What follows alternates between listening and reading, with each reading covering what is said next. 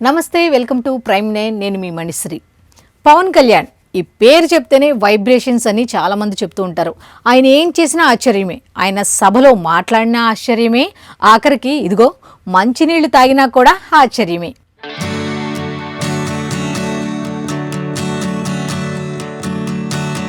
ఆఖరికి ఆయన సభలో మాట్లాడకపోయినా కూడా ఆశ్చర్యమే.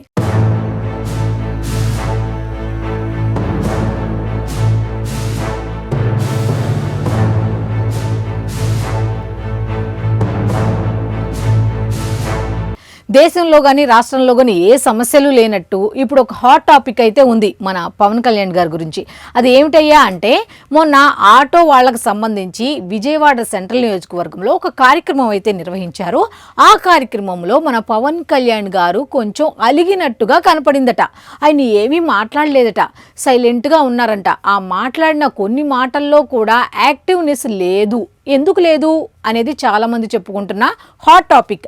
అయితే దీనికి గల కారణాలు ఏంటబ్బా అని ఒకసారి క్షుణ్ణంగా చూస్తే అవి ఖచ్చితంగా ఆ 4 పాయింట్లు అవే అని మనం చెప్పలేం. కానీ ఆ 4 పాయింట్లు ఏమిటి అనేది నేను మీకు చెప్తా. అదేమిటి అంటే, ఫస్ట్ పాయింట్ ఏంటి అంటే, బోండా ఉమ. పవన్ కళ్యాణ్ గారి మౌనానికి గల కారణం బోండా ఉమ అనేది ఫస్ట్ పాయింట్ అన్నమాట. బోండా ఉమా గారు శాసనసభలో పవన్ కళ్యాణ్ గారిని ఉద్దేశించకపోయినా ఆయన ఉద్దేశంలో ఇంకెవరో ఉన్నారు. పొల్యూషన్ కంట్రోల్ బోర్డుకు సంబంధించి ఆయన ఎవరినో టార్గెట్ చేయబోయి పవన్ కళ్యాణ్ గారి పేరుని శాసనసభలో ప్రస్తావించారు. ఆ విధంగా ప్రస్తావించడం పట్ల పవన్ కళ్యాణ్ గారు కోపంగా ఉన్నారు, కొంచెం అలిగినట్టుగా ఉన్నారు అనేది ఫస్ట్ టాపిక్. అయితే సెకండ్ టాపిక్ కూడా ఏంటో చూద్దాం. ఇక సెకండ్ పాయింట్ వచ్చి బాలకృష్ణ గారు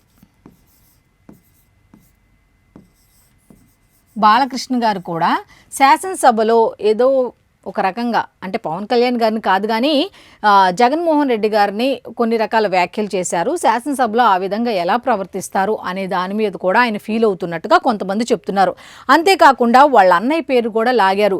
మళ్ళీ చంద్రబాబు నాయుడు గారు కూడా దీని మీద స్పందించలేదు. ఆ ఉద్దేశంతో ఆయన ముభావంగా ఉన్నారు, సైలెంట్గా ఉన్నారు. ఈ విషయంలో కూడా ఆయన అలకపాన్పు ఎక్కారు అనేది రెండో పాయింట్. ఇక మూడో పాయింట్ వచ్చేసి, నాదెండ్ల మనోహర్ గారిని బుచ్చయ్య చౌదరి గారు ఏదో అన్నారట సభలో. మీరు సరిగ్గా పనిచేయట్లేదనో ఒక రకంగా విమర్శిస్తున్నట్టుగా బుచ్చయ్య చౌదరి గారు ఏదో అన్నారట.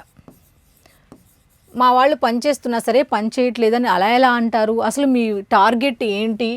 కూటమిలో మెయిన్ కూటమి 2024 ఎన్నికల్లో గెలవటానికి కారణమే నేను. అయితే నన్ను మా వాళ్ళని అట్లాగే సభలో ఎలా ప్రవర్తించాలో కూడా తెలియకుండా ఏంటి ఇదంతా అనే దాని మీద ఈయన అలకబూనారు అనేది చాలామంది చెప్పుకుంటున్న మాట. వాస్తవం అయితే తెలీదు. వాళ్ళు అనుకునే మాటల్లో నేను విన్న పాయింట్లని మీ దగ్గర తీసుకొచ్చా. మొదటిది బోండా ఉమా కారణం, 2 బాలకృష్ణ, 3 నాదెండ్ల మనోహర్ గారిని బుచ్చయ్య చౌదరి గారు శాసనసభలో ఏదో అన్నారు. దీని మీద ఆయన కొంచెం సైలెంట్గా ఉన్నారు, ఏమి రియాక్ట్ అవ్వకుండా అనేది చాలామంది చెప్పుకుంటున్న మాట. అయితే ఇంకొంచెం డెప్త్కి వెళ్తే చాలామంది చెప్పుకున్న మాట ఏంటంటే, లేదు పవన్ కళ్యాణ్ అసలు ఇలాంటివి అసలు పట్టించుకోరు. గతంలో కూడా ఎంతోమంది ఎన్నో మాటలు అన్నారు. మరి ఇలాంటిది వాళ్ళల్లో ఉన్న వాళ్ళే ఆ మాటలు అంటే ఆయనకు అంత పట్టించుకుంటారా? వైఎస్ఆర్సీపీ హయాంలో ఆయన వ్యక్తిగతంగా ఎన్నో మాటలు అన్నారు, వాటికే ఆయన రియాక్ట్ అవ్వలేదు. గెలిచిన తర్వాత కూడా అన్నారు, అయినా వాటికి రియాక్ట్ అవ్వలేదు ఆయన. అలాంటిది కూటమి అన్న తర్వాత సర్దుకుపోవాలి అనే మెంటాలిటీతో ఉన్న పవన్ కళ్యాణ్ గారు వీటి కోసం ఆయన అలుగుతారా, అలా ముభావంగా మాట్లాడకుండా ఉంటారా అంటే కానే కాదు అని అంటారు. ఇక 4వ పాయింట్ ఉంది చూశారు, అనారోగ్యం కారణంగా, అంటే ఆ మధ్య వైరల్ ఫీవర్ అన్నారు కదా, దానివల్ల అలా ఉన్నారేమో బహుశా అని అనుకున్నారు. అయితే ఇది మాత్రం చాలామంది అంటే మేబీ ఇదే కారణం అయి ఉండొచ్చు అని ఇంకొంతమంది మాట అంటున్నారన్నమాట. సో ఇంకొంతమంది చాలా విశ్లేషణగా, ఇంకొంతమంది బాగా డెప్త్గా ఆలోచించే వాళ్ళు ఏం చెప్తున్నారంటే, అరే ఈ 4 పాయింట్లే కానే కాదు, ఆయన 1 or 2 ఫీవర్లో కూడా వారాహి యాత్రలో పాల్గొన్నారు. అలాంటిది ఆయన సైలెంట్కి అనారోగ్యం, వైరల్ ఫీవర్ ఇవి కాదు, ఈ 4 పాయింట్లు అయితే కావు అని అంటున్నారు. మరి ఇంకేం పాయింట్ ఉంటుందబ్బా అని ఆలోచిస్తే ఆ 5వ పాయింట్ ఏంటో చూద్దాం. 5వ పాయింట్ వచ్చి త్రిశూల వ్యూహం. ఈ త్రిశూల వ్యూహానికి పవన్ కళ్యాణ్ గారి మౌనానికి సంబంధం ఏంటయ్యా అంటే, త్రిశూల వ్యూహం. త్రిశూల అంటే ఫస్ట్ దీంట్లో ఉండే 3.3 అంటే 3. దీనికి సంబంధించి 3 పాయింట్లు ఏంటి అంటే ఫస్ట్ది వచ్చి ధర్మం.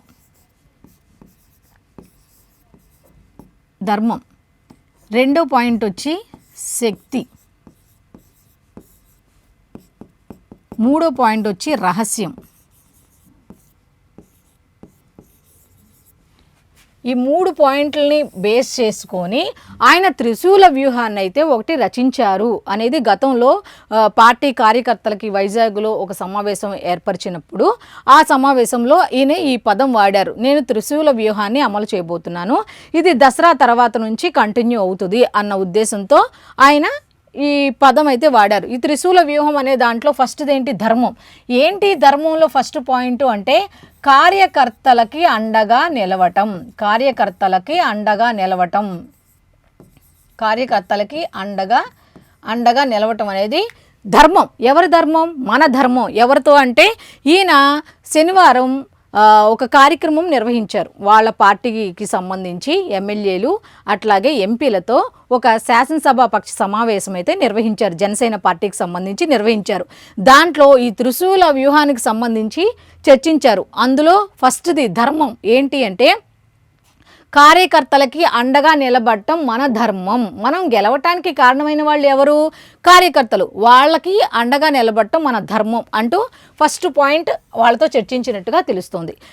ఇక రెండో పాయింట్ శక్తి. ఏమిటి అంటే ప్రతి నియోజకవర్గంలో కూడా పార్టీ బలోపేతానికి శక్తి అంటే సామర్థ్యం ఎవరిది? పార్టీ బలోపేతం అవ్వటానికి బాధ్యత ఎవరిది అంటే ఎమ్మెల్యేలది. అంటే ఏంటి? వాళ్ళ శక్తి సామర్థ్యాలన్నీ అంటే ఎమ్మెల్యేల శక్తి సామర్థ్యాలు ఎక్కడ ఉపయోగించాలి అంటే పార్టీ బలోపేతం అవ్వటానికి మీకున్న శక్తిని ఉపయోగించాలి. ఎవరిది? ఎమ్మెల్యేలకున్న శక్తి సామర్థ్యాలని ఉపయోగించాలి అని అన్నారు. ఇక మూడోది వచ్చి పార్టీ కోసం ఎవరైతే అండగా నిలబడతారో. రహస్యం అంటే ఏంటి? కొంతమంది తెరపైకి వస్తారు, కొంతమంది తెరపైకి రారు. అంటే ఏంటి? పార్టీలో పనిచేస్తూనే కొంతమంది ముందుగా తెలుస్తారు. అందరు ముందుకు వచ్చి పలానా వ్యక్తి పలానా పనిచేశాడు, పలానా వ్యక్తి పలానా కార్యక్రమంలో పాల్గొన్నాడు. అలా కనపడకుండా చేసేవాళ్ళు చాలామంది ఉన్నారు అని పవన్ కళ్యాణ్ గారు గతంలో కూడా చెప్పారు. అందుకే అదేంటి అంటే రహస్యం. ఇక మూడోది వచ్చి రహస్యం అని చెప్పాను కదా, అదేంటంటే పార్టీకి ఎవరైతే పనిచేస్తారో, ఎవరైతే నిస్వార్థంగా పనిచేస్తారో వాళ్ళకి భద్రత కల్పించాలి. నిస్వార్థంగా పనిచేస్తారంటే రహస్యంగా. అంటే కొంతమంది ముందుకు రావడానికి ఇష్టపడరో తెలియదు, కొంతమంది అంటే వెళ్ళలేదు మేము అన్న వెనకాలే ఉంటాం, మేము పనిచేస్తామని కొంతమంది చెప్తూ ఉంటారు. అటువంటి వాళ్ళకి పార్టీకి ఎవరైతే నిస్వార్థంగా పనిచేస్తారో వాళ్ళకి భద్రత కల్పించాల్సిన బాధ్యత కూడా మనదే అంటూ ఈ త్రిశూల వ్యూహాన్ని అయితే ఆయన తీసుకొచ్చారు. ఇప్పుడు ఈయన దసరా తర్వాత గతంలో చెప్పారు కొన్ని జిల్లాల్లో నేను పర్యటిస్తాను కాబట్టి ఆ పర్యటనకు సంబంధించినవన్నీ మొన్న శనివారం వీళ్ళందరితో వాళ్ళ ఎమ్మెల్యేలు కానీ ఎంపీలతో కానీ ఒక సమావేశాన్ని నిర్వహించి ఏ విధంగా మనం జనసేన పార్టీని జనంలోకి తీసుకెళ్ళాలి. 21 స్థానాలకు అనుకున్నాం, 21 స్థానాలు గెలిచేసాం. ఇప్పుడు 100 స్థానాల్లో మనం పట్టు సాధించాలి అనేదే మన టార్గెట్ అని ఆయన చెప్తున్నట్టుగా తెలుస్తోంది. అలా మనం 100కి 100% 100 నియోజకవర్గాల్లో మనం గెలవాలి, మనం నిలబడాలి అంటే మనం ఏం చెయ్యాలి అంటే ప్రతి నియోజకవర్గంలోకి వెళ్ళాలి. ప్రతి నియోజకవర్గంలో ఉన్న సమస్యలు ఏమిటో చూడాలి. అది కూడా ఎలా చూడాలి? మీకు మీరు ఓన్గా కాదు, కూటమి నేతలతోని కలుపుకొని వెళ్ళాలి. ఎలా మీ ఇష్టం వచ్చినట్టుగా వెళ్ళటం కాదు, కూటమి నేతల్ని కలుపుకొని. కూటమి నేతలు అంటే ఎవరు? టీడీపీ వాళ్ళు, బీజేపీ వాళ్ళని కూడా కలుపుకొని వెళ్ళాలి. జనసేన వాళ్ళు ఏదైనా మనస్పర్ధలు వస్తే దాన్ని పెంచుకుంటూ వెళ్ళొద్దు. ఎప్పటికప్పుడు వాటిని సాల్వ్ చేసుకుంటూ వెళ్ళండి, పరిష్కరించుకుంటూ వెళ్ళండి. ఆ విధంగా వెళ్తేనే మనం ఏ విధంగా 2024 ఎన్నికల్లో 21 స్థానాలు అనుకున్నామో అవి గెలిచామో అదేవిధంగా ఇప్పుడు 100 అనుకుంటున్నాం కాబట్టి ఈ 100 స్థానాలు గెలవాలి అంటే మనం ఏం చేయాలి అంటే ఈ 3 పాయింట్ల ప్రకారం మనం ముందుకు వెళ్ళాలి. ఎలా వెళ్ళాలి ఇప్పుడున్న పరిస్థితుల్లో అంటే కూటమి నేతలతో కలుపుకొని వెళ్ళాలి. వాళ్ళకి మీకు ఏమైనా మనస్పర్ధలు వస్తే వాటిని సాల్వ్ చేసుకుంటూ ముందుకు వెళ్ళాలి అంటూ వాళ్ళకి మొన్న శనివారం జరిగిన మీటింగ్లో వాళ్ళకి దిశానిర్దేశం చేయడం జరిగింది. ఇది మెయిన్. పవన్ కళ్యాణ్ ఇప్పుడు ఫోకస్ అంతా కూడా జనసేన పార్టీ బలోపేతం మీదే. జనసేన పార్టీని ఏ విధంగా జనంలోకి తీసుకువెళ్ళాలి.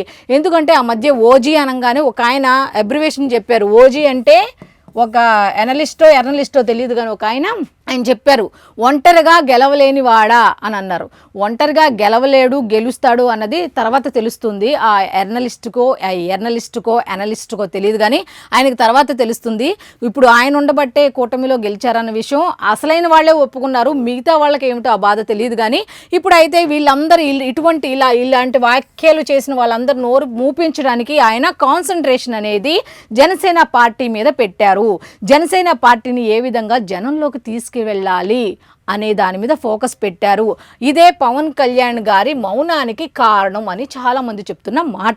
సో ఇదనమాట పవన్ కళ్యాణ్ గారు మొన్న సభలో సైలెంట్గా ఉండటానికి కారణాల్లో ఇది ఒక కారణం అయి ఉండవచ్చు అనేది ఎక్కువ మంది చెప్తున్న మాట అయితే ఇదే త్రిశూల వ్యూహం. ఎందుకంటే దసరా తర్వాత ఆయనే చెప్పారు, కొన్ని జిల్లాల్లో నేను నియోజకవర్గాలకు సంబంధించి పర్యటిస్తాను, ఈ వ్యూహం ప్రకారమే వెళ్దాము అన్నట్టుగా ఆయన చెప్పినట్టుగా తెలుస్తోంది.